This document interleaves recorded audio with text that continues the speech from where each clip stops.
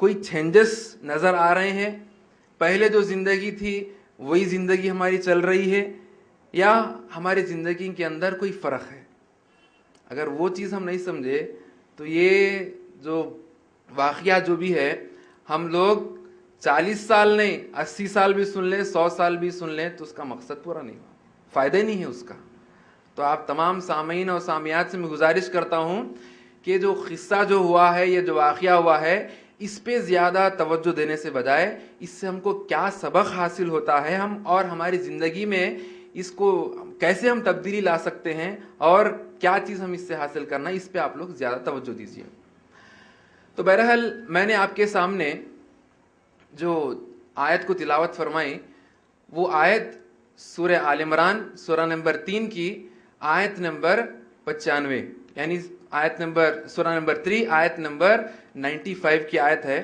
اس آیت میں اللہ سبحانہ و تعالی محمد صلی اللہ علیہ وسلم سے کہتے ہیں کہ اے محمد صلی اللہ علیہ وسلم، آپ لوگ جو ہے ملت ابراہیم حنیفہ، ابراہیم علیہ السلام کی اطاعت کریے، اور ابراہیم علیہ السلام مشرکوں میں سے نہیں تھے۔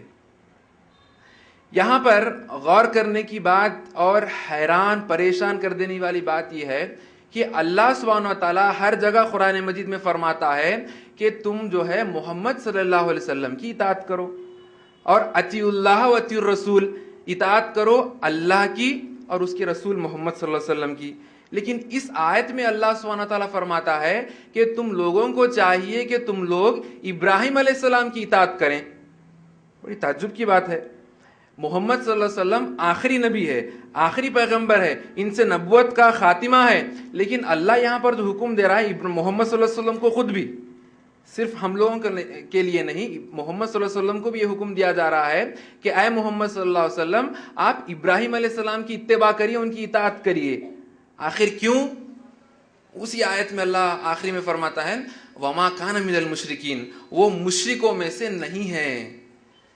تو ان کے اندر جو اصل جو چیز تھی جس کی وجہ سے تمام انسانیت کے لیے درس دیا جا رہا ہے، یہ حکم دیا جا رہا ہے کہ وہ لوگ ابراہیم علیہ السلام کی اطاعت کریں، تو وجہ کیا ہے؟ ان کے اندر توحید تھی اللہ کی، ایک اللہ ہے، اس کے علاوہ کوئی عبادت کے لائق نہیں ہے، اور ابراہیم علیہ السلام مشرکوں میں سے نہیں ہے۔ اس وجہ سے اللہ سبحانہ وتعالی ہم کو یہاں پر اس آیت میں فرماتے ہیں کہ تم لوگ ابراہیم علیہ السلام کی اطاعت کریے، ورنہ اللہ سبحانہ وتعالی قرآن مجید میں فرماتا ہے کہ تم لوگ محمد صلی اللہ علیہ وسلم کی اطاعت کریے اور اللہ کی اور اس کے رسول کی محمد کی اطاعت کریے۔ اور ایک جگہ اللہ سبحانہ وتعالی فرماتے ہیں کہ تم اگر محمد صلی اللہ علیہ وسلم کی اطاعت کرو گے کا مطلب یہ ہے کہ تم اللہ کی اطاعت کر رہے ہو۔ کتنی بڑی بات ہے، اگر ہم محمد صلی اللہ علیہ وسلم کی اطاعت کر رہے ہیں کا مطلب ہم اللہ کی اطاعت کر رہے ہیں۔ لیکن ایسی صورت ہم جب یہ پڑھتے ہیں، اس کے بعد میں اب اس آیت میں جو اللہ فرماتے ہیں کہ آپ ابراہیم علیہ السلام کی اطاعت کریے، ان کی اتباع کریے، کا مطلب یہ ہے کہ ابراہیم علیہ السلام کے اندر کوئی ایسی خاص چیز موجود ہے، ان کے اندر کوئی ایسی خاص کوالٹی موجود ہے، ایک ایسی خوبی موجود ہے جس وجہ سے محمد صلی اللہ علیہ وسلم کو بھی کہا جا رہا ہے کہ اے محمد صلی اللہ علیہ وسلم، آپ ابراہیم علیہ السلام کی اطاعت کریے۔ تو اب جو ہے ابراہیم علیہ السلام کی جو زندگی جیسے شروعات ہوئی، اب شروعات سے لے کر تقریباً جو اسماعیل علیہ السلام اور ابراہیم علیہ السلام دونوں مل کر جو ہے کعبۃ اللہ کی بنیادوں کو جو اٹھاتے ہیں، تو اس واقعے تک انشاءاللہ ہم لوگ جائیں گے۔ تو سب سے پہلے ابراہیم علیہ السلام ایک ایسے حال و ماحول میں پیدا ہوئے کہ وہاں پر ہر جگہ، ہر گلی میں، ہر جگہ بتوں کی پرستش ہو رہی ہے۔ لوگ اللہ سبحانہ وتعالیٰ کو چھوڑ کر اپنے ہاتھوں سے بنائے ہوئے بتوں کی وہ لوگ پرستش کر رہے ہیں۔ اب حال ماحول میں جو ہے گلیوں کے اندر، بستی میں یہ حال نہیں ہے، حالانکہ ان کے گھر میں خود یہ ماحول ہے کہ ان کے باپ کا نام کیا ہے؟ آزر ہے۔ آزر بتوں کو بنانا ہی نہیں، لیکن بتوں کو بنانے کے ساتھ ساتھ آزر بتوں کو بیچتا بھی تھا، بتوں کی پرستش بھی کرتا تھا۔ اب یہ حکم دیا گیا کہ اے ابراہیم، تم جا کر یہ جو بت ہمارے گھر میں جو بنا رہے ہم لوگ، ان بتوں کو تم جو ہے نا بیچ کر آؤ۔ لیکن ابراہیم علیہ السلام کیا کرتے ہیں؟ ابراہیم علیہ السلام کو یہ چیز قطعاً پسند نہیں تھی کہ پوری کی پوری قوم کے لوگ اللہ کو چھوڑ کر غیر اللہ کی عبادت کر رہے ہیں، اللہ کو چھوڑ کر بتوں کی پرستش کر رہے ہیں. الٹا ان کے گھر میں جس گھر میں وہ پیدا ہوئے وہ گھر میں ان کا باپ خود جو ہے نا بتوں کی پرستش کر رہا ہے اور بتوں کو بناتا بھی ہے اور بتوں کو فروخت کرتا ہے، بتوں کو بیچتا بھی ہے. تو اب اس ماحول میں جب ابراہیم علیہ السلام کی پیدائش ہوئی اور حکم یہ دیا جا رہا ہے ابراہیم علیہ السلام کو کہ تم جا کر بازار میں ان بتوں کو بیچ کر آؤ. اب ابراہیم علیہ السلام جب اس بتوں کو بیچنے کے مقصد سے جب مارکیٹ میں جاتے ہیں تو کیا کہتے ہیں؟ آپ لوگ سنے ہوں گے. کہتے یہ ہیں کہ اے لوگوں ان بتوں کو مت خریدو، یہ بت نہ تم کو فائدہ پہنچانے والے ہیں نہ تم کو نقصان پہنچانے والے ہیں، یہ کچھ نہیں کر سکتے. اور پورے بازار میں ان بتوں کو جو ہے نا گھسیٹتے ہوئے لے کر جا رہے ہیں اور یہ کہہ رہے ہیں کہ اس بتوں کو مت خریدو. تب یہاں پر غور کرنے کی بات اور یہاں پر سوال یہ ہے کہ دنیا میں کیا ایسا کوئی تاجر ہے، یہاں پر دنیا کے اندر کوئی ایسا بزنس مین ہے کہ وہ یہ کہے کہ بھائی میں جو بزنس کر رہا ہوں یہ بزنس غلط ہے اور یہ بزنس آپ جو ہے نا آگے بڑھائیے مت اور میرے پاس جو مال ہے اس مال کو مت خریدیے؟ کوئی تاجر ہے ایسا کہنے والا؟ کوئی بزنس مین ہے کہنے والا؟ کوئی نہیں ہے. لیکن ابراہیم علیہ السلام کو جو ذمہ داری دی گئی ہے اس کے برعکس وہ کام کر رہے ہیں. حکم یہ دیا گیا باپ کی جانب سے کہ وہ بتوں کو لے کر جائے اور مارکیٹ میں اس بتوں کو بیچیں. لیکن ابراہیم علیہ السلام کیا کہہ رہے ہیں؟ اس بتوں کو مت خریدو، یہ بت نہ تم کو فائدہ پہنچانے والے ہیں نہ نقصان پہنچانے والے ہیں، اس کو مت خریدو. آخر ابراہیم علیہ السلام کے اندر یہ جرت کیسی پیدا ہو گئی کہ بھائی مارکیٹ میں جا رہے ہیں، مال کو بیچنا مقصد ہے لیکن مال کو الٹا جو ہے مت بیچنے کے لیے کہہ رہے ہیں، مت لینے کے لیے کہہ رہے ہیں. ابراہیم علیہ السلام کے اندر جرت کیسے پیدا ہوئی؟ آخر ابراہیم علیہ السلام کے اندر وہ کیا خوبی ہے اور کیا خاصیت ہے جس کی وجہ سے اتنے نڈر ہو کر لوگوں کے سامنے کہہ رہے ہیں کہ اس بتوں کو مت خریدو؟ وجہ یہ ہے کہ ان کے دل میں اللہ سبحانہ و تعالیٰ کی وحدانیت ہے، اللہ کی توحید ان کے دل میں بس چکی ہے اور ان کے رگ رگ میں رس بس چکی ہے. اس وجہ سے وہ اس چیز یہ بات کہنے کے لیے تیار ہے کہ اے لوگوں تم جو ہے وہ ایک اللہ کی عبادت کرو، ان بتوں کو تم مت خریدو. اب یہ واقعہ جب ہوا، اب اس کے بعد میں ابراہیم علیہ السلام ایک مرتبہ رات میں بیٹھے ہوئے ہیں اور ان کو وہ دیکھتے یہ ہیں اور ان کے دل میں فکر لائق ہے کہ بھئی یہ آسمان کو، زمین کو، تمام چیزوں کو پیدا کرنے والا آخر ہے کون؟ پہلے تو معاشرے کے اندر جو بت پرستی ہو رہی ہے اس بت پرستی سے ابراہیم علیہ السلام بیزار تھے، وہ تنگ آ چکے تھے. وہ یہ جان چکے تھے کہ یہ بت جس کی عبادت لوگ کر رہے ہیں اور میرا باپ جو خود جو بتوں کی پرستش کر رہا ہے یہ غلط ہے، اور یہ بیزار ہو چکے تھے. اب ایک دن وہ بیٹھے ہوئے ہیں اور جب چاند کو دیکھتے ہیں تو کہتے ہیں کہ یہ چاند اتنا چمک رہا ہے اور یہ تارے اس طریقے سے چمک رہے ہیں اور اس چاند کے وجہ سے جو ٹھنڈک جو محسوس ہو رہی ہے اور جو اجالا جو رات کے اندر جو محسوس ہو رہا پیدا ہو چکا ہے اس چاند کی وجہ سے، یہ چاند میرا رب ہو سکتا. اب یہاں پر ہم کو یہ بات معلوم کرنا ہے کہ غور و فکر اور تدبر کرنا دین کے اندر، اسلام کے اندر، کہ بھائی اگر آپ کے پاس کوئی بات کوئی اگر لے کر آئے تو آپ غور و فکر کریں، آپ تحقیق کریں کہ بھائی آخر یہ بات صحیح ہے یا غلط ہے. تو یہ درس ہم کو ملتا ہے، یہ سبق ہم کو حاصل کرنا ہے. تو ابراہیم علیہ السلام اب سوچ رہے ہیں کہ میرا معبود آخر کون ہے، مجھ کو پیدا کرنے والا کون ہے؟ یہ آسمان، زمین، یہ تمام چیزیں یوں ہی تو نہیں آ سکتے، یوں ہی تو دنیا کے اندر پیدا نہیں ہو سکتے، اس کو آخر بنانے والا کوئی ہے. اس مقصد سے ان کے دل میں، ابراہیم علیہ السلام کے دل میں اور دماغ میں جو فکر لائق ہو چکی تھی، تو اس فکر کی بنیاد پر وہ چاند کو جب دیکھتے ہیں تو کہتے ہیں کہ یہ چاند میرا رب ہو سکتا، یہ تارے میرے رب ہو سکتے ہیں. جب صبح ہوتی ہے تو دیکھتے یہ ہیں کہ چاند غائب ہے اور یہ ستارے جو چمک رہے تھے رات کے اندھیرے میں تو یہ بھی غائب ہے. تو کہتے ہیں کہ اس طریقے سے غائب ہونے والے معبود نہیں ہو سکتے، اس طریقے سے غائب ہونے والے یہ میرے رب نہیں ہو سکتے. اب جب دن کا اجالا ہوا تو دیکھتے ہیں کہ سورج نکل رہا ہے مشرق سے اب جب سورج کو دیکھتے ہیں تو پھر سے امید کے کرنیں، جس طریقے سے سورج کی کرنیں نکلی تو ابراہیم علیہ السلام کے اندر بھی جو ہے نا امید کے کرنیں جاگ اٹھی کہ یہ سورج جو اتنا جو ہے نا چمک رہا ہے اور اس سے جو روشنی آ رہی ہے، اس سے جو گرمی محسوس ہو رہی ہے، یہ میرا رب ہو سکتا، یہ میرا خدا ہو سکتا ہے، یہ میرا جو ہے نا دنیا کو بنانے والا ہو سکتا۔ اب بالآخر جب شام ہو گئی تو اب ظاہر سی بات ہے سورج کو غروب ہونا ہی ہے، ڈوبنا ہی ہے۔ جب سورج غروب ہو گیا تو ابراہیم علیہ السلام کہتے ہیں اس طریقے سے ڈوبنے والا، غروب ہونے والا، اچانک جو ہے نا غائب ہو جانے والا، یہ میرا معبود نہیں ہو سکتا۔ اب ابراہیم علیہ السلام اس کنکلوژن پر آ گئے، اس فیصلے پر آ گئے کہ نہ چاند میرا رب ہے، نہ ستارے میرے رب ہے، اور جو ہے نا سورج میرا رب ہے۔ اب اس کے بعد میں ابراہیم علیہ السلام کو یقین ہو چکا کہ بے شک اللہ ہی کی ذات ہے، وہ یہ تمام دنیا کو چلا رہی ہے، اور سورج کو نکالنے والا، سورج کو ڈبونے والا، اور اسی طریقے سے اس چاند کو جو ہے نا پیدا کرنے والا، آسمان زمین کو پیدا کرنے والا صرف اور صرف اللہ رب العالمین، اس چیز کا یقین ہو چکا۔ اب اس کے بعد میں جب ابراہیم علیہ السلام کو اللہ کی جانب سے حکم دیا گیا کہ اے ابراہیم، اب تم کو چاہیے کہ تم لوگوں کے سامنے ایک اللہ کی توحید لوگوں کے سامنے رکھ دو کہ اللہ ایک ہے، اس کے سوا کوئی عبادت کے لائق نہیں ہے، یہ بات اب لوگوں کے سامنے کہنا ہے۔ تب شروعات کس سے کرتے ہیں؟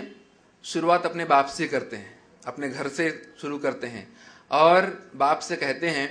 یہاں پر ہم کو سبق سیکھنا یہ ہے کہ اگر دعوت کا کام کرنا ہے تو کتنے حکمت سے اور کتنے فکر کے ساتھ ہم کو کرنا ہے۔ تو ابراہیم علیہ السلام کیا کہتے ہیں؟ کہتے ہیں کہ اے ابو جان، اے میرے ابو، کتنا پیارا انداز ہے۔ اب اگر ہم کو دوسروں سے کسی سے بات کرنا ہے تو ہمارا انداز الگ ہوتا ہے، لیکن اب دعوت کا کام ہے تو اتنے حکمت کے ساتھ کریں کہ اے میرے ابو، آپ ان بتوں کی پرستش کیوں کر رہے ہیں؟ نہ یہ بت آپ کو فائدہ پہنچا سکتے ہیں، نہ نقصان پہنچا سکتے ہیں۔ آپ یہ بتوں کو اپنے ہاتھوں سے بناتے ہیں اور کہتے ہیں کہ آپ کے رب ہیں، یہ غلط ہے، یہ کام اب مت کریے۔ اب جواب کیا ملتا ہے اپنے باپ کے پاس سے؟ جواب یہ ملتا ہے کہ اے ابراہیم، اگر تو ان باتوں سے باز نہیں آیا تو میں تجھ کو جان سے مار ڈالوں گا، جان سے مار ڈالوں گا، ختم کر ڈالوں گا۔ کون بول رہے؟ ایک باپ اپنے بیٹے سے کہہ رہا۔ کس وجہ سے کہہ رہا؟ حق کی بات تھی وہاں پر، کیونکہ اللہ ایک ہے، اس کے سوا کوئی عبادت کے لائق نہیں ہے، یہ سب سے بڑا حق ہے۔ اللہ سبحانہ وتعالیٰ جو قرآن مجید میں فرماتے ہیں کہ وَالْعَصْرِ إِنَّ الْإِنسَانَ لَفِي خُسْرٍ إِلَّا الَّذِينَ آمَنُوا وَعَمِلُوا الصَّالِحَاتِ وَتَوَاصَوْا بِالْحَقِّ، تو اس حق کے اندر سب سے بڑا حق یہ ہے کہ اللہ رب العالمین یہ پوری جہان کو بنانے والا ہے، آسمان کو، زمین کو، تمام چیزوں کو بنانے والا صرف اور صرف اللہ رب العالمین ہے، یہ سب سے بڑا حق ہے۔ اب یہ حق جب لوگوں کے سامنے آپ پیش کریں گے تو ظاہر سی بات ہے لوگ آپ کو مارنے کی دھمکی دیں گے، آپ کو الگ الگ طریقے سے آپ کو جو ہے نا اذیت پہنچانے کی کوشش کریں گے۔ تو بہرحال جب ابراہیم علیہ السلام کے والد کے جانب سے جواب آیا تو کیا ابراہیم علیہ السلام اپنے کام کو اور اپنے بات کو روک دیے؟ نہیں روکے۔ تو یہاں پر ہم کو یہ بات ملتی ہے کہ کتنے بھی رکاوٹیں آ جائیں، کتنے بھی پریشانیاں آ جائیں، لیکن ہم کو ہمارے دعوتی مقصد میں آگے بڑھتے رہنا ہے۔ اب اس کے بعد میں جب ابراہیم علیہ السلام اپنے قوم کے جانب پہنچتے ہیں تو قوم کے لوگوں سے کہتے ہیں اے میرے قوم کے لوگوں، تم وہ ایک اللہ کی عبادت کر لو، وہ اللہ ہی تم کو پیدا کیا اور مجھ کو پیدا کیا، جو زمین و آسمان تمام چیزوں کو پیدا کیا، اس ایک اللہ کی تم لوگ عبادت کر لو۔ تو لوگ کیا کہتے ہیں؟ لوگ یہ کہتے ہیں کہ اے ابراہیم، تو غلط کہہ رہا ہے، ہم جس معبودوں کی عبادت کر رہے ہیں یہ سچے پکے معبود ہے، یہی ہمارے خدا ہے۔ اب تو ابراہیم علیہ السلام کا کام اور ان کی بات، ان کی دعوت یہیں پہ نہیں رکی۔ اب اس کے بعد میں ابراہیم علیہ السلام اس وقت کا جو بادشاہ ہے نمرود، اس تک پہنچتے ہیں، نمرود بادشاہ تک بھی پہنچتے ہیں۔ پہنچ کر کہتے ہیں کہ اے نمرود، تو جو ہے نا اس ایک اللہ کی عبادت کرنے کے لیے تو تسلیم کر لے کہ اللہ کے علاوہ کوئی عبادت کے لائق نہیں ہے۔ تو وہ بھی، نمرود بھی یہ کہنے لگا کہ میں ہی سب سے بڑا ہوں، جس طریقے سے موسیٰ علیہ السلام کے دور میں فرعون نے کہا تھا کہ انا ربکم الاعلی، میں سب سے بڑا رب ہوں، اسی طریقے سے نمرود بھی ابراہیم علیہ السلام کے سامنے کہتا ہے کہ میں سب سے بڑا ہوں. تو ابراہیم علیہ السلام اس کے جواب میں، نمرود کے سوال کے جواب میں کہتے ہیں تو کیسے بڑا ہو سکتا ہے نمرود، تو کیسے بڑا ہو سکتا ہے؟ میرا اللہ تو وہ ہے جو مارتا بھی ہے اور جلاتا بھی ہے. یہ واقعہ آپ لوگ بارہا سنے ہوں گے، لیکن مقصد اس کے پیچھے جو سبق ہے اس سبق کے پیچھے آپ لوگ غور و فکر کریے. جہاں پر بھی میں جو سبق حاصل کرنا ہے وہ کہہ رہا ہوں، وہاں پر آپ لوگ غور و فکر کریے. تو اب نمرود کے سامنے جب سوال یہ ابراہیم علیہ السلام رکھتے ہیں کہ میرا اللہ تو وہ ہے جو مارتا بھی ہے اور جلاتا بھی ہے، تو نمرود بادشاہ، اپنے آپ کو بادشاہ کہتا ہے، سب سے بڑا کہتا ہے، اس کی بے وقوفی کا ہم اندازہ لگا سکتے ہیں. تو یہ کہتا ہے کہ میں بھی مارتا ہوں، میں بھی جلاتا ہوں نمرود، میں نمرود ہوں، اے ابراہیم میں بھی مارتا ہوں جلاتا ہوں. تو کیا کیا؟ 2 قیدیوں کو لے کر آیا، 2 قیدیوں کو بلایا. ایک قیدی جس کو مار ڈالنے کا حکم تھا، اور دوسرا قیدی جس کو جو ہے نا چھوڑ دینے کا، رہا کرنے کا اس کا موقع تھا. تو نمرود کیا کیا؟ جس کو چھوڑ دینے کا تھا، جس کو رہا کرنے کا تھا اس کو مار دیا، اور جس کو مارنے کا تھا اس کو چھوڑ دیا، اور کہا دیکھ ابراہیم میں بھی مارتا ہوں میں بھی جلاتا ہوں. اس کو حالانکہ چھوڑنا تھا میں مار دیا، اس کو جنا مارنا تھا میں چھوڑ دیا، دیکھ میں بھی مارتا ہوں میں بھی جلاتا ہوں. تو کیا کہتے ہیں ابراہیم علیہ السلام؟ ابراہیم علیہ السلام کہتے ہیں کہ میرا اللہ تو وہ ہے جو مشرق سے سورج کو نکالتا ہے اور مغرب میں ڈبوتا ہے. یہ حکمت ہے. اب یہاں پر ہم کو سبق حاصل کرنا یہ ہے، کتنے سے کتنا بڑا آدمی بھی آپ کے سامنے ہو، لیکن دعوت کے کام کو، اس بات کو آپ واضح کرنا ہے اور حکمت کے ساتھ لوگوں کے سامنے بات کو ایک دم صاف اور شفاف طریقے سے پہنچا دینا ہے. آپ کا کام ہے بات کو پہنچا دینا. تو ابراہیم علیہ السلام کے اس جواب پر کہ میرا اللہ تو وہ ہے جو مشرق سے سورج کو نکالتا ہے مغرب میں ڈبوتا ہے، تو وہ حیران اور پریشان ہو گیا، اور اس کے زبان کو، اس کے منہ کو تالے لگ گئے، یعنی وہ اب دوسرا کوئی جواب نہیں دے سکا. اب بہرحال ابراہیم علیہ السلام کا جو مشن ہے وہ آگے چلتا رہا. اب یہ مرحلہ آیا کہ ابراہیم علیہ السلام کی قوم جو ہے، جن بتوں کی پرستش کرتی تھی، ان قوم کے اس بتوں کا عید کا دن آیا.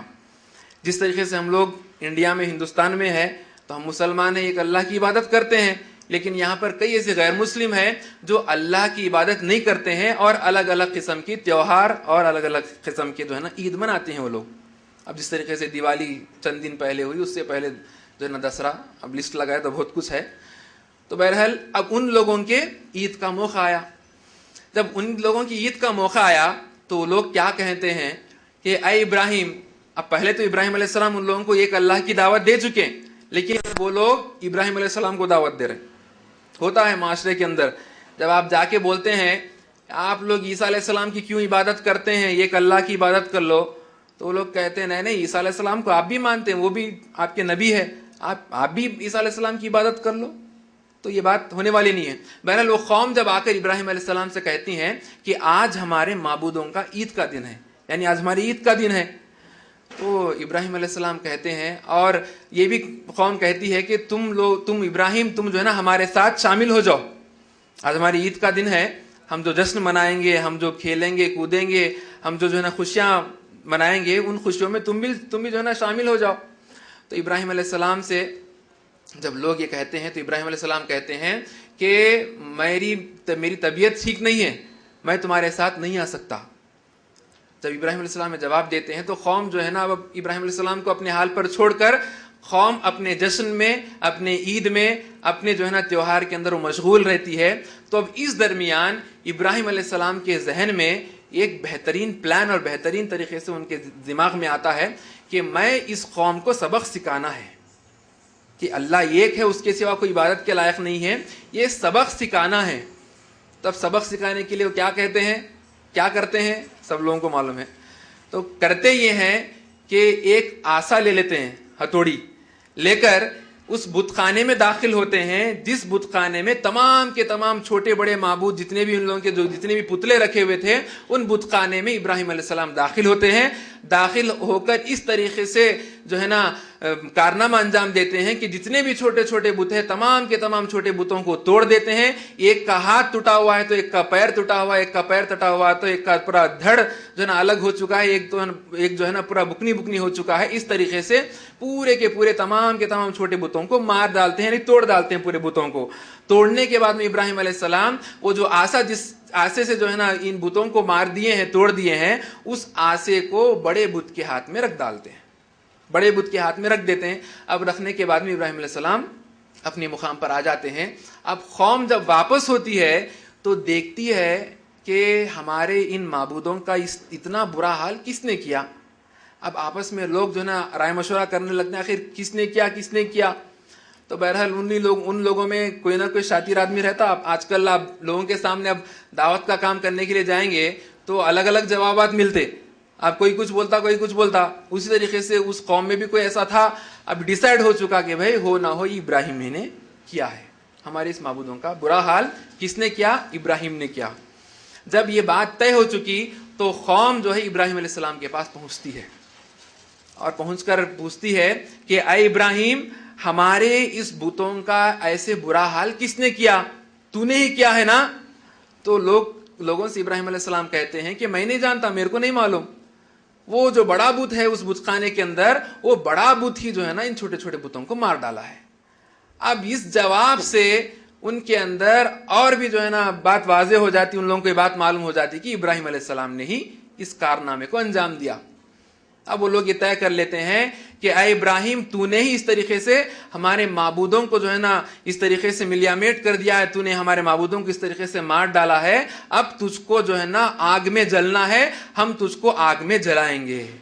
اب وہ لوگ ڈیسائیڈ کر لیے کہ ابراہیم علیہ السلام کو جان سے مار ڈالیں گے. تب غور کرنے کی بات یہاں پر یہ ہے کہ قوم کے پاس آپ اگر دعوت کا جذبہ لے کر دعوت دیں گے تو کیسے بھی مرحلے آ سکتے ہیں. یہ آخری لوگ آج کل حیدرآباد میں بولتے نا آخری, بھائی وہ آخری ہے, تو اس طریقے سے آخری مرحلے بھی ہمارے ساتھ ہو سکتے ہیں. تو کیا ابراہیم علیہ السلام ایسے حالات ہونے کے باوجود اپنے کام کو, اپنے مشن کو پیچھے ہٹائے؟ کیا رکے؟ نہیں رکے. اب لوگ جب یہ ڈیسائیڈ کر لیے, یہ فیصلہ لے چکے ہیں کہ ابراہیم علیہ السلام کو آگ میں ڈال کر ان کو جان سے مار ڈالیں گے, تو ابراہیم علیہ السلام پیچھے نہیں ہٹے. اور ہم کو جو ہے نا احادیث میں, روایتوں میں ہم کو ملتا ہے کہ اس قوم نے ایسی آگ جلائی قیامت تک دنیا کے اندر کوئی ویسی آگ نہیں جلائیں گے. ایسی آگ کو ابراہیم علیہ السلام کی قوم نے ایسی آگ کو جلائی اور نہ جلا سکیں گے قیامت تک. ایسی آگ کو وہ لوگوں نے, ابراہیم علیہ السلام کو ایسی آگ میں ڈالنے کے لیے وہ لوگ تیار ہو گئے اور ایسی آگ کو اس قوم نے جلایا.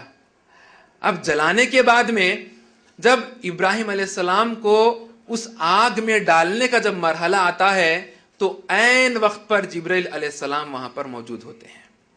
کون ہے جبرائیل؟ جبرائیل علیہ السلام تمام کے تمام فرشتوں کے سردار ہے, اور وہی جبرائیل ہے جو محمد صلی اللہ علیہ وسلم کے اوپر اس قرآن مجید کو لے کر نازل ہوتے رہے. تو بہرحال وہ جبرائیل علیہ السلام اس وقت سے ہے, اور کئی اس سے پہلے سے بھی, اور تمام کے تمام جتنے بھی انبیاء اکرام آئے ان تمام کے اوپر جو اللہ کا حکم تھا تو وہی جبرائیل علیہ السلام لے کر آتے تھے. تو جبرائیل علیہ السلام اب ابراہیم علیہ السلام کے پاس موجود ہے عین وقت پر جب ابراہیم علیہ السلام کو جب ڈالا جا رہا تھا آگ میں.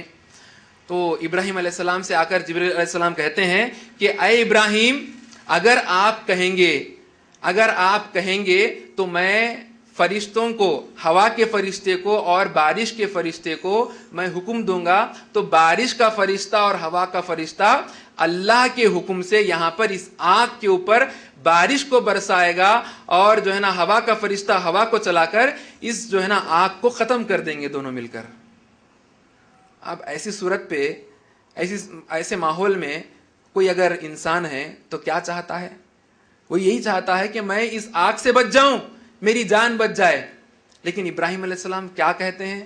ارے موت سامنے ہے, سامنے موت ٹھہری ہوئی ہے, اور یہ موت جو ہے نا دعوت دے رہی ہے, اور کوئی مددگار آتا ہے آ کر کہتا ہے کہ اے ابراہیم اگر تم کہو گے تو اللہ کے حکم سے بارش کا فرشتہ بارش کو نازل فرمائے گا, ہوا کا فرشتہ ہوا کو نازل کرے گا, اور اس کی وجہ سے یہ آگ جو ہے نا دور چلے جائے گی, یہ آگ بجھ جائے گی. تو ابراہیم علیہ السلام کیا کہتے ہیں کیا کہتے ہیں جبرائیل علیہ السلام سے؟ کیا یہ کہتے ہیں کہ آپ جو کہہ رہے ہیں وہ کریے؟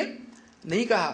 انہوں نے کہا، ابراہیم علیہ السلام نے کہا کہ حسبنا اللہ نعم الوکیل، اللہ سبحانہ و تعالیٰ میرے لیے کافی ہے. کیسا یقین تھا. یہاں پر سبق ہم کو یہ لینا ہے کہ کیسے بھی حالات ہو، اللہ سبحانہ و تعالیٰ کے اوپر ہم کو پورا یقین اور توکل ہونا چاہیے کہ اللہ رب العالمین ہماری مدد ضرور کرے گا. اللہ کے اوپر یقین نہیں ہے، توکل نہیں ہے، تو ہماری زندگی کس چیز کی؟ تو کیسا یقین تھا، کیسا توکل تھا. موت سامنے ہونے کے باوجود ابراہیم علیہ السلام جو ہے اس جرت کو کہہ رہے ہیں کہ اللہ سبحانہ و تعالیٰ میرے لیے کافی ہے، تم لوگ میری مدد کرنے کی ضرورت نہیں ہے. حسبنا اللہ نعم الوکیل. اب بالآخر جب ابراہیم علیہ السلام کو آگ میں جب ڈالا گیا تو کیا آگ ابراہیم علیہ السلام کو جلائی؟ آگ کا کام کیا ہے؟ آگ کا کام یہ ہے کہ آپ اس کے اندر کون سی بھی چیز ڈالیں گے تو آگ اس چیز کو جلا کر راکھ کر ڈالے گی. لیکن ابراہیم علیہ السلام کے اوپر یہ آگ ٹھنڈی ہو گئی. ابراہیم علیہ السلام کے لیے یہ آگ سلامتی والی آگ ہو گئی. ابراہیم علیہ السلام کے لیے یہ آگ کے اندر جو جلانے کی طاقت ہے، جلانے کی قوت ہے، لیکن ابراہیم علیہ السلام کو تھوڑا سا بھی دھکا نہیں پہنچا. اور اسی وجہ سے ایسی سلامتی کے لیے ہم لوگ محمد صلی اللہ علیہ وسلم کے لیے ہم دعا کرتے ہیں اللہ سبحانہ تعالیٰ سے. بات سمجھ میں آ رہی؟ کب دعا کرتے ہیں ہم لوگ؟ محمد صلی اللہ علیہ وسلم کے لیے ہم لوگ اللہ سے دعا کر رہے ہیں. درود ابراہیم کے اندر، اللہ اکبر، درود ابراہیم کے اندر ہم اللہ سبحانہ تعالیٰ سے دعا کر رہے ہیں. کیا کہہ کر دعا کر رہے ہیں؟ اللہم صلی علی محمد وعلی آل محمد کما صلیت علی ابراہیم وعلی آل ابراہیم انک حمید مجید. اللہم بارک علی محمد وعلی آل محمد کما بارکت علی ابراہیم وعلی آل ابراہیم انک حمید مجید. کیا ہم کو تھوڑی سی ایسی فرصت ملی کیا اس کے ترجمے پر غور کریں؟ ٹائم نہیں ملتا ہمارے لیے. ارے قرآن مجید پوری موجود ہے ہمارے گھر میں، لیکن ترجمے سے پڑھنے کے لیے ہم لوگوں کو ٹائم نہیں ملتا. میں خود بھی اس کے اندر شامل ہوں. پوری مکمل قرآن میں ترجمے سے نہیں پڑھا ابھی تک.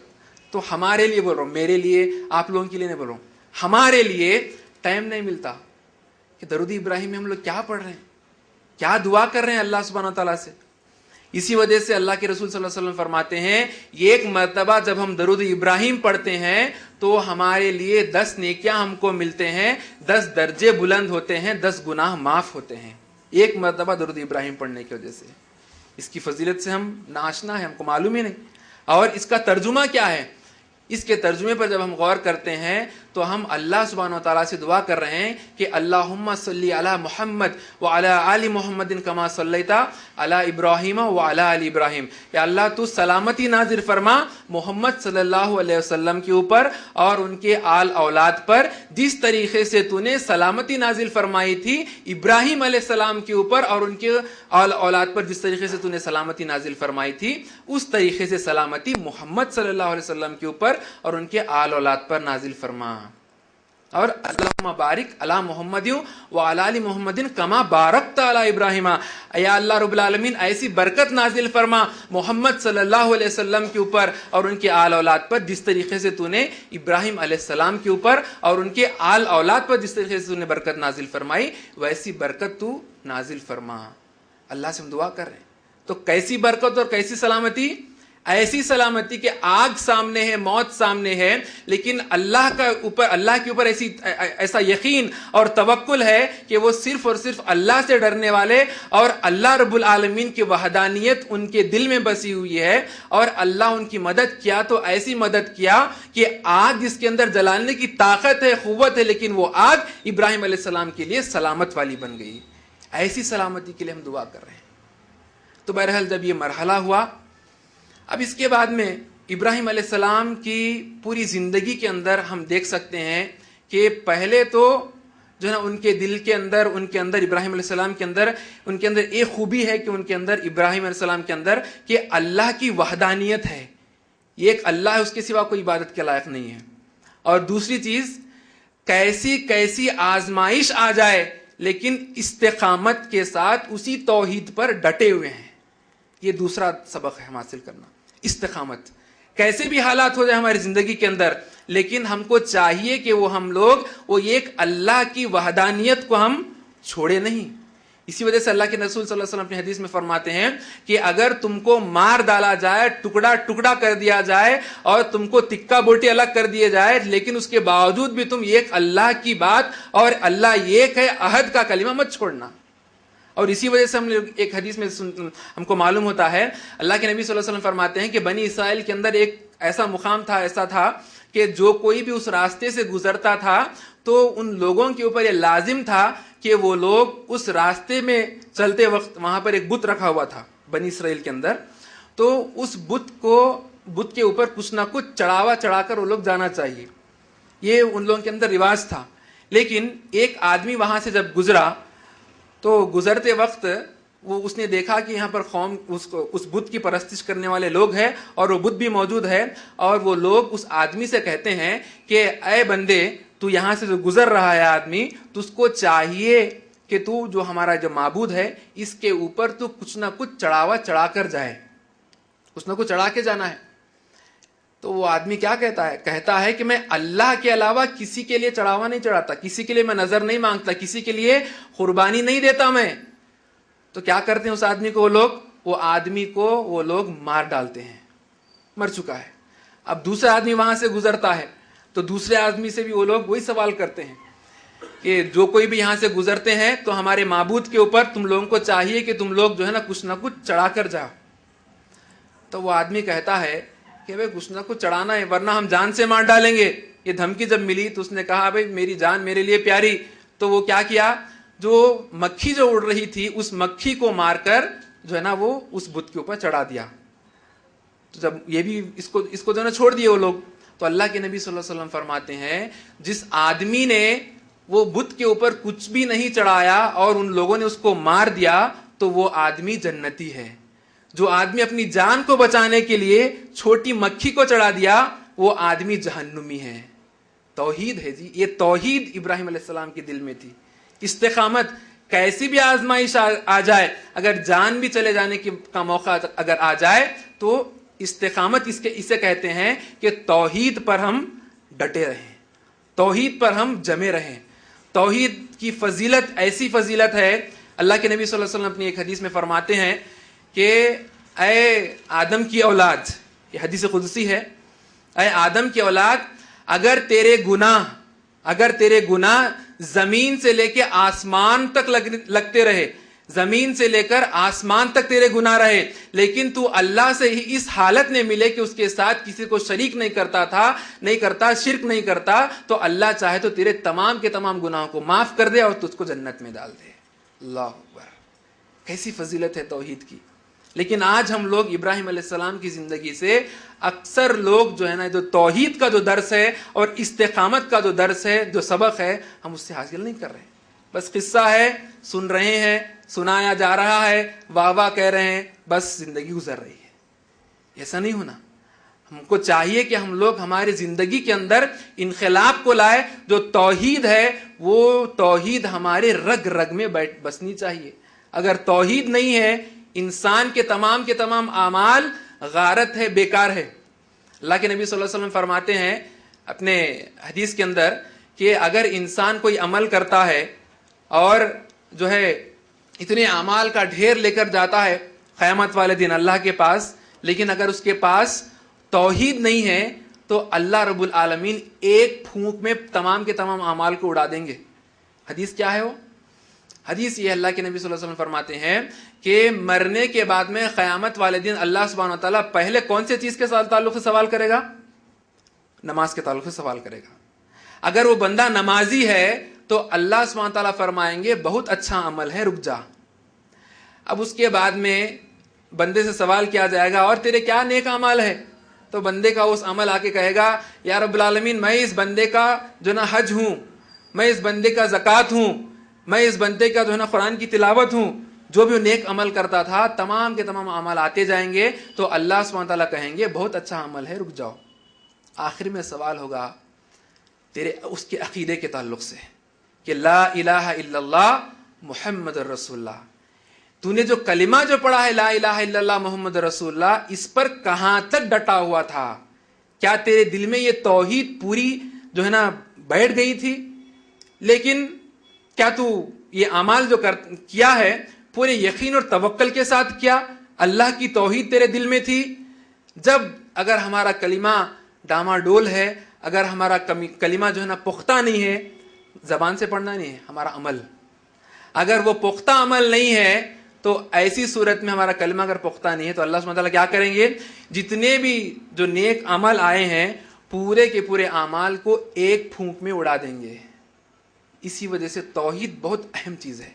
تو بہرحال ہم اس واقعے کی طرف لوٹتے ہیں۔ تو ابراہیم علیہ السلام کے سامنے آگ سامنے ہے، موت سامنے ہے، لیکن ابراہیم علیہ السلام کو اللہ کے اوپر ایسا یقین ہے، ایسا توکل ہے کہ وہ یہ جانتے ہیں کہ اللہ کے علاوہ کوئی ان کی مدد کرنے والا نہیں ہے۔ اسی وجہ سے فرماتے ہیں کہ حسبنا اللہ و نعم الوکیل، اللہ میرے لیے کافی ہے۔ اب اس مرحلے کے بعد میں یہ حکم دیا گیا کہ وہ اپنے بیوی کو سارہ علیہ السلام، ہاجرہ علیہ السلام کو، ابراہیم علیہ السلام کی دو بیویاں ہیں، سارہ علیہ السلام اور ہاجرہ علیہ السلام۔ سارہ علیہ السلام سے بنی اسرائیل کے جتنے بھی انبیاء کرام آئے، تمام کے تمام انبیاء کرام، یعقوب علیہ السلام، یوسف علیہ السلام، یونس علیہ السلام اور جو نا عیسیٰ علیہ السلام تک تمام کے تمام انبیاء کرام کہاں سے آئے؟ سارہ علیہ السلام کی کوکھ سے، یعنی اسحاق علیہ السلام کی نسل سے تمام کے تمام انبیاء کرام آئے۔ اور اسماعیل علیہ السلام جو ابراہیم علیہ السلام کے جو دوسری بیوی کے جو فرزند ہے، یعنی ہاجر علیہ السلام کے فرزند یعنی اسماعیل علیہ السلام، ان کے نسل سے کوئی پیغمبر نہیں آئے بنی اسرائیل کے اندر، لیکن آخری نبی جناب محمد رسول اللہ صلی اللہ علیہ وسلم، جن کے قلب اطہر پر قرآن مجید نازل ہوئی، یہ محمد صلی اللہ علیہ وسلم اسماعیل علیہ السلام کے نسل سے پیدا ہوئے۔ تو اب یہ حکم دیا گیا کہ اے ابراہیم، تم کو چاہیے کہ تمہارا جو بیٹا ہے اسماعیل علیہ السلام اور تمہاری بیوی جو ہاجرہ ہے، ان دونوں کو تم لے کر جاؤ اور ایسے مقام پر تم چھوڑ آؤ جہاں پر جس کو مکہ کہتے ہیں، جس کو ہم جو ہے نا کعبہ کہتے ہیں، وہاں پر تم چھوڑ کر آؤ۔ اب غور کرنے کی بات یہ ہے کہ وہ کیسا بیٹا ہے اور وہ کیسی ماں ہے ہاجرہ علیہ السلام، اور وہ کیسی بیوی ہے ہاجرہ علیہ السلام، کہ ان کی زندگی کے اندر آزمائش ہی آزمائش، پیدائش سے لے کر لوگوں کو، قوم کو دعوت کا کام دینے، دعوت کی طرف، ایک اللہ کی طرف بلانے سے لے کر، وہاں سے لے کر اب جو شیرخوار بچہ ہے، ایک دم چھوٹا بچہ ہے، اس بچے کے اوپر جو محبت جو ہوتی ہے ایک باپ کو، اس محبت کے اوپر بھی آزمائش، امتحان کے اوپر امتحان۔ کیا کوئی ہے دنیا کے اندر کہ اپنی بیوی کو اور اپنے اتنے چھوٹے بچے کو، ننھے منھے جو نا لڑکے کو لے کر جائے اور ایسے مقام پر چھوڑ دے، وہاں پر نہ چڑی پر مارتی ہے، نہ انسان کا کوئی بسیرا ہے؟ کوئی ہے ایسا کرنے والا؟ صرف اور صرف ابراہیم علیہ السلام کی ذات ہے۔ اسی وجہ سے اللہ سبحانہ تعالیٰ قرآن میں فرماتے ہیں کہ فَاتَّبِعُوا مِلَّةَ إِبْرَاهِيمَ حَنِيفًا، تم ابراہیم علیہ السلام کی اتباع کرو، اطاعت کرو، تمام کے تمام لوگ۔ تو ایسی آزمائش میں بھی وہ ڈٹے ہوئے ہیں، ثابت قدم ہے ایک اللہ کی توحید پر۔ یہ توحید ہمارے دل میں ہونا ہے۔ ایسی آزمائش آنے کے باوجود اس آزمائش کو ہم پورے کرنے والے اور استقامت کے ساتھ ڈٹے رہنے والے ہم کو ہونا چاہیے۔ تو بہرحال اب یہ جب حکم دیا گیا ہاجرہ علیہ السلام اور اسماعیل علیہ السلام کو لے کر وہاں پر چھوڑ دو، تو اب ہاجرہ علیہ السلام اور اسماعیل علیہ السلام دونوں کو لے کر ابراہیم علیہ السلام بنی اسرائیل سے کہاں روانہ ہوتے ہیں؟ مکہ کی طرف روانہ جب ہوتے ہیں تب سوال ہو رہا ہے۔ کیا کہہ کر سوال ہو رہا؟ ہاجرہ علیہ السلام ابراہیم علیہ السلام سے سوال کرتی ہیں کہ آپ ہمیں کہاں لے کر جا رہے ہیں اور یہاں پر کیوں چھوڑ رہے ہیں آپ؟ تو ابراہیم علیہ السلام خاموش ہے، جواب نہیں دیتے۔ اب اس کے بعد میں پھر سے سوال ہوتا ہے کہ آپ ہم کو یہاں پر کیوں چھوڑ کر جا رہے ہیں؟ تو جواب نہیں ملتا۔ تیسری مرتبہ جب ہاجرہ علیہ السلام پوچھتی ہیں تو ابراہیم علیہ السلام کہتے ہیں کہ یہ میرے اللہ کا رب کا حکم ہے۔ جب یہ جواب سنتے ہیں ہاجر علیہ السلام تو کہتی ہیں اگر اللہ کا حکم ہے تو آپ ایسے ہی کریے، آپ ہم کو چھوڑ کر جائیے۔ کیا کوئی ہے دنیا میں ایسی بیوی اپنے شوہر سے کہے ارے شوہر اگر دعوت کے کام پر چند دن جو ہے نا باہر چلے جائے، اگر شوہر سے کوئی خطا ہو جائے، شوہر اگر جو ہے نا دیندار ہے تو اگر اس کو جو ہے نا وقت نہیں دے رہا گھر کے اندر تو الٹا کوسنے لگتی ہے۔ یہاں پہ شوہر چھوڑ کے چلے جا رہا بیوی کو اور بچے کو۔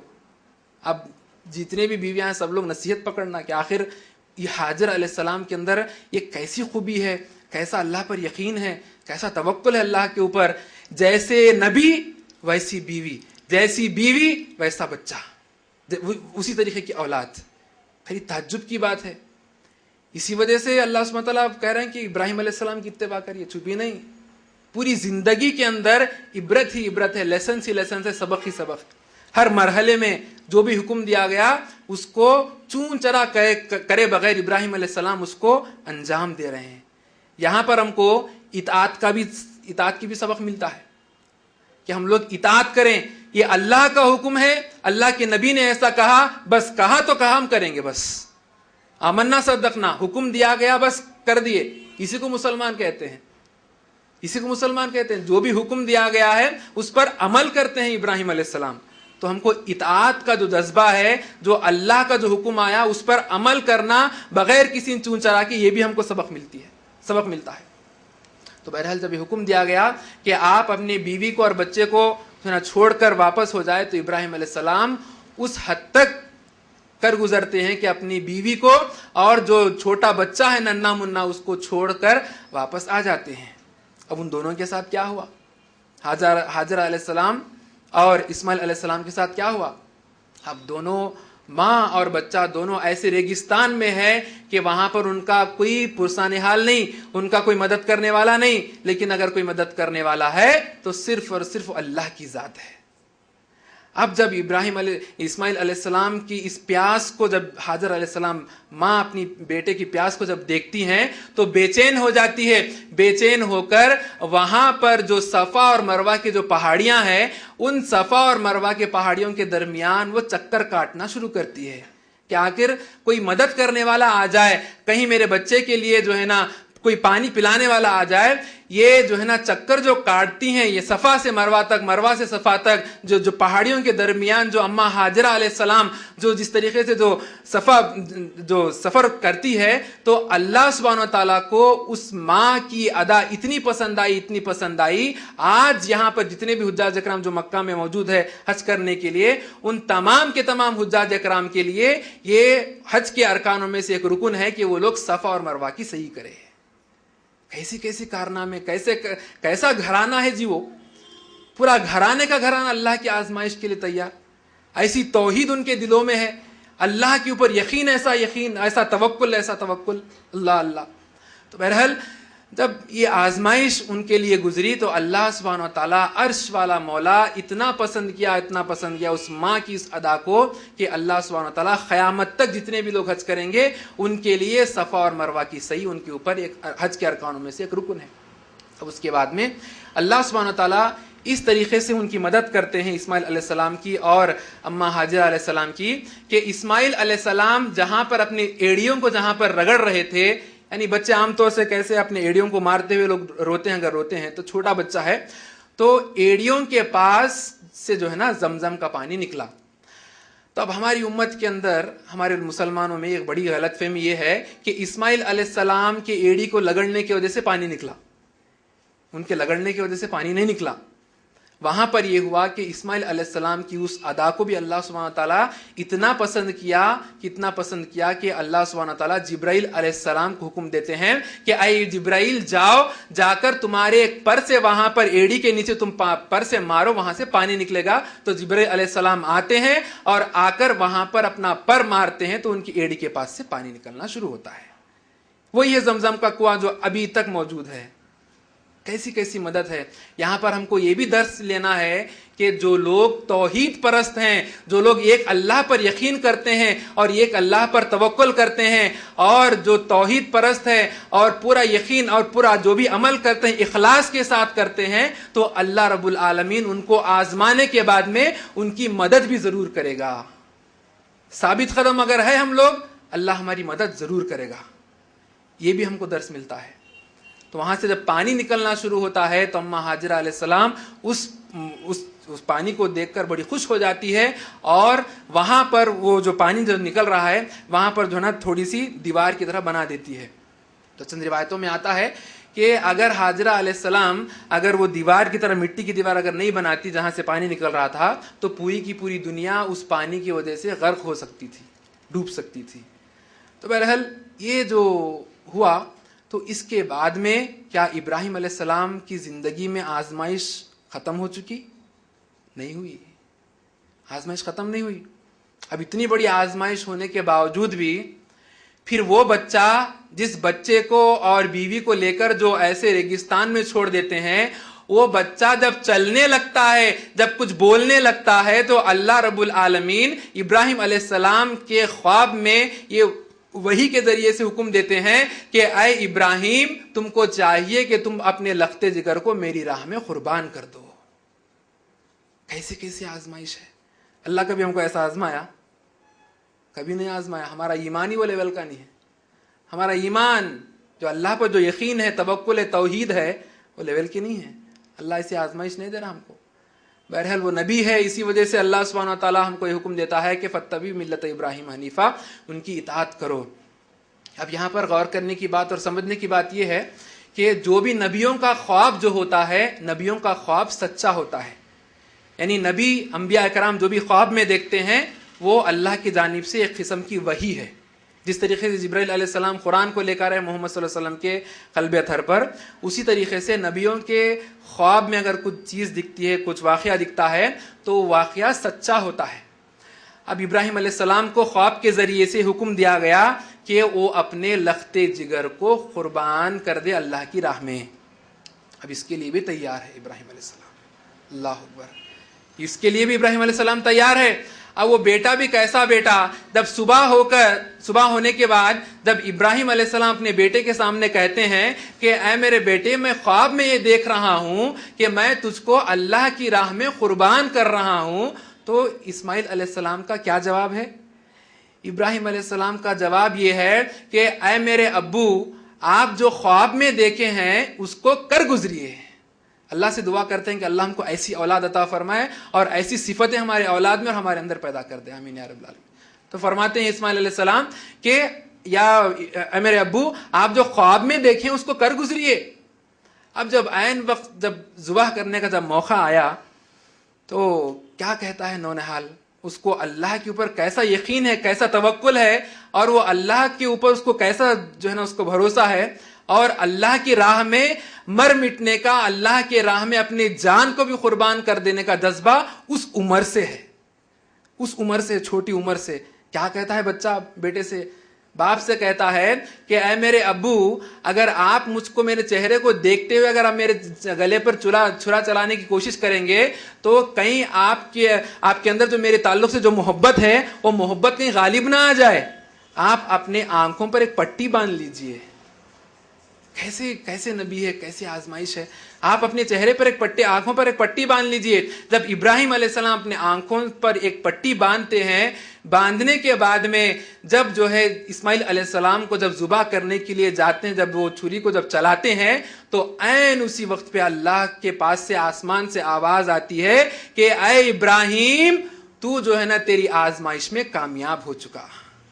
ہم جس طریقے سے تجھ کو آزمانا چاہتے ہیں اس آزمائش میں تو کامیاب ہو چکا۔ اور اسی وقت پر وہاں پر آسمان سے جو نا دمبا آیا اور دمبا ذبح ہو گیا۔ اللہ سبحانہ و تعالیٰ کو یہ ادا، یہ عمل اتنا پسند آیا کہ تا قیامت دنیا کے اندر جتنے بھی مسلمان آئیں گے وہ تمام کے تمام مسلمان اس سنت کو جو ہے نا زندہ کریں گے۔ الحمدللہ۔ اب یہاں پر مقصد کیا ہے؟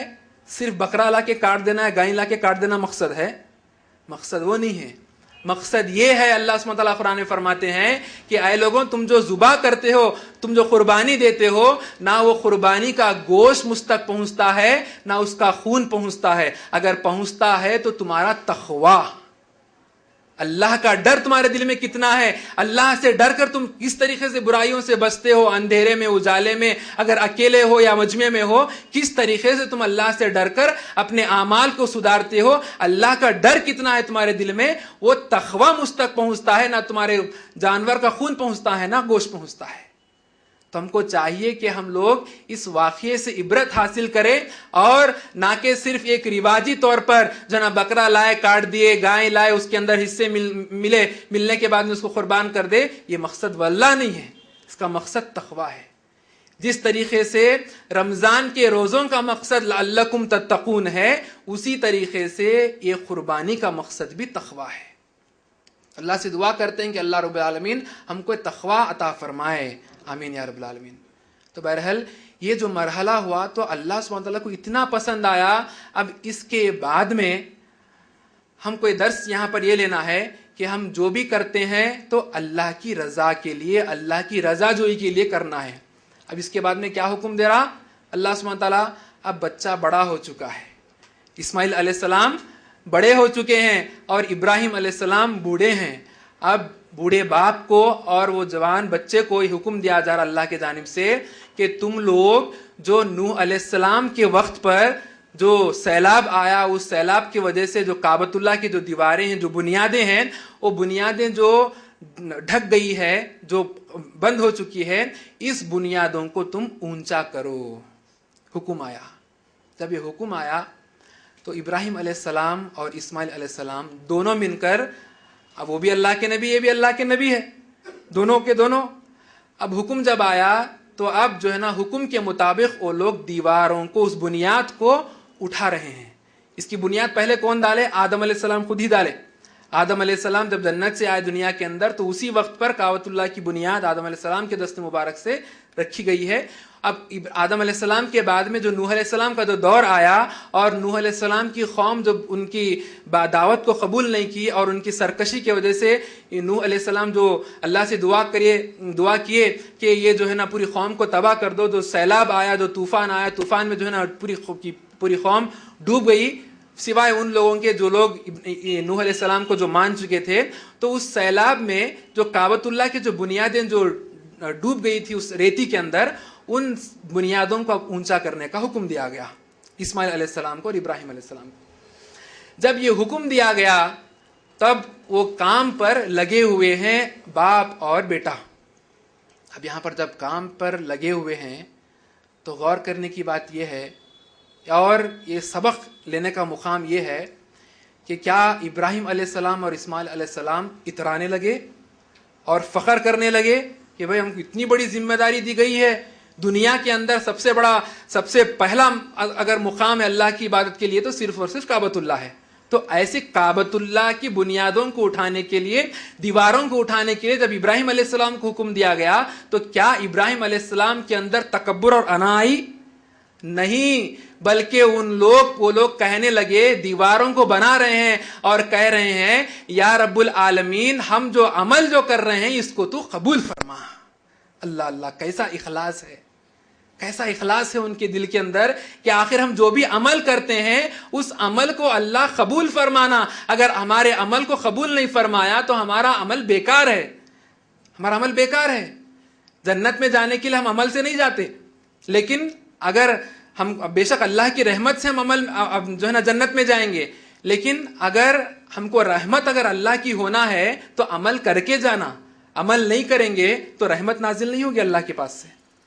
جس طریقے سے اگر بچے کو میڈیکل میں سیٹ ہونا ہے، انجینئرنگ میں سیٹ ہونا ہے تو بچہ کیا کرنا ہے؟ کم از کم کوالیفائی ہونا ہے ایم سیٹ میں۔ کوالیفائی بھی نہیں ہوا تو کون سا ریکمنڈیشن لگائیں گے؟ کیسے سیٹ ملے گی اس کو؟ نہیں مل سکتی۔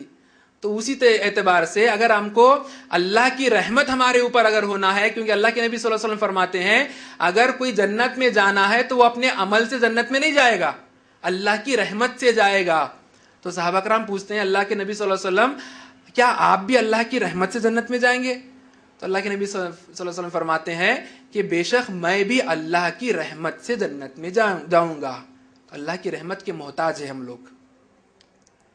تو اللہ کی رحمت اگر ہونا ہے، جس طریقے سے اگر سیٹ ہونا ہے تو کوالیفائی ہونا ہے کم از کم ایم سیٹ میں، تو اگر اللہ کی رحمت ہونا ہے تو عمل کر کے جانا تھوڑے بہت۔ بے شک بغیر عمل کے ہم جنت میں اللہ کی رحمت سے جنت میں جائیں گے، لیکن عمل ہے تو اللہ ہم پر رحم کرے گا اور اس کی رحمت سے ہم کو جنت میں ڈالے گا۔ تو یہاں پر درس ہم کو یہ ملتا ہے، ہم کو سبق یہ ملتا ہے کہ ہم جو بھی عمل کریں تو اس کے اندر اخلاص ہونا، اور بغیر اخلاص کے صرف اللہ کی رضامندی اگر ہمارے عمل میں نہیں ہے تو ہمارا عمل بیکار ہے۔ کیونکہ اللہ کے نبی صلی اللہ علیہ وسلم فرماتے ہیں اگر کوئی 2 رکعت نماز ہی کیوں نہ پڑھتا ہے لیکن اس کے نماز کے اندر نفل نماز ہی کیوں نہ ہو، اگر اس کے نماز کے اندر دکھاوے کا جذبہ ہے، اگر لوگ مجھ کو دیکھ کر کہیں گے کہ یہ بہت بڑا جو ہے نا نمازی ہے، اس کا وہ 2 رکعت نماز پڑھنا اس کو جنت میں نہیں بلکہ اس کو جہنم میں لے کر جائے گا، کیونکہ وہ نماز پڑھ رہا ہے لیکن وہ شرک کر رہا ہے، ریاکاری شرک ہے۔ تو ریا کے لیے، لوگوں کو دکھانے کے لیے ہم عمل نہیں کریں گے تو صرف اور صرف اللہ کی رضا کے لیے کریں گے عمل۔ اسی وجہ سے اللہ کے نبی صلی اللہ علیہ وسلم نے حدیث میں فرماتے ہیں کہ قیامت والے دن اللہ رب العالمین ایک عالم کو لائے گا اور حکم دے گا کہ اس کو جہنم میں جانا ہے۔ فرشتے تعجب کریں گے اور وہ خود تعجب کرے گا، ارے میں عالم تھا۔ فرشتے پوچھیں گے یا رب العالمین یہ عالم ہے، علم تھا اس کے پاس، یہ عمل کرتا تھا اور اس کو کیسے جہنم؟ تو اللہ فرمائیں گا یہ عالم تھا ضرور، واضح بیان کرتا تھا ضرور، لیکن اس کے دل میں جذبہ یہ تھا کہ اللہ کو خوش کرنے کا جذبہ نہیں تھا، لوگوں کو خوش کرنے کا جذبہ تھا اور واہ کا جذبہ تھا، میں اس کو اس کا بدلہ دنیا میں دے دیا، آج اس کے لیے جہنم ہے۔ اور ایک مجاہد کو لایا جائے گا، وہ مجاہد جو اللہ کی راہ میں اپنی جان کو قربان کر ڈالا۔ اب وہ مجاہد سے سوال کیا جائے گا اور یہ کہا جائے گا کہ اس کو جہنم ہے۔ فرشتے تعجب ہو کر کہیں گے کہ یا رب العالمین تو آپ کی راہ میں جو ہے نا شہید ہوا ہے۔ تو اللہ کہے گا اس کے دل میں لوگوں کے واہ اور ریاکاری تھی، اس کا یہ جو جذبہ ہے اس کو میں نے قبول نہیں کیا۔ اور اسی طریقے سے اللہ سبحانہ تعالیٰ ایک ایسے مالدار کو، ایسے غنی کو لائے گا جو مالدار تھا لیکن اللہ سبحانہ تعالیٰ اس کو بھی جہنم۔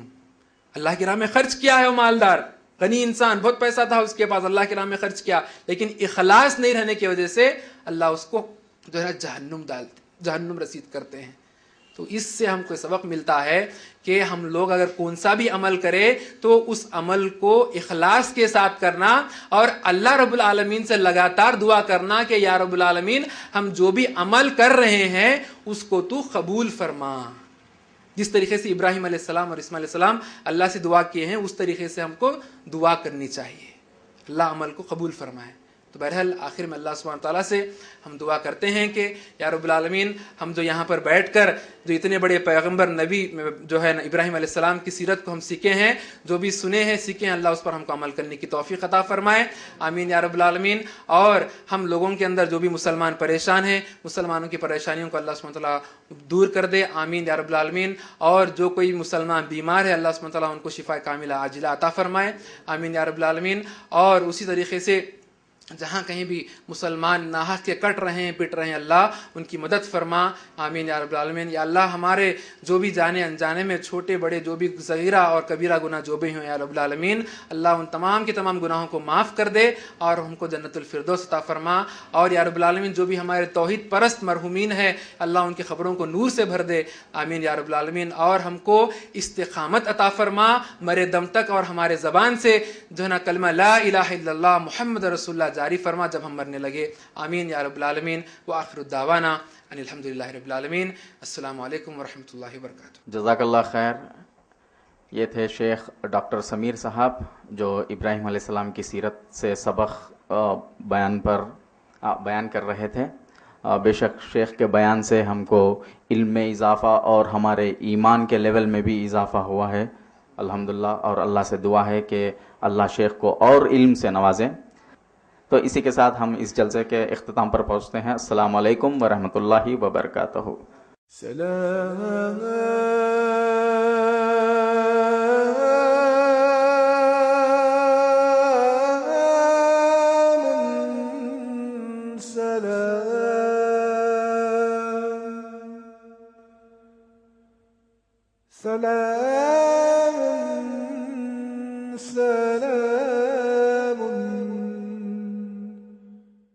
سلام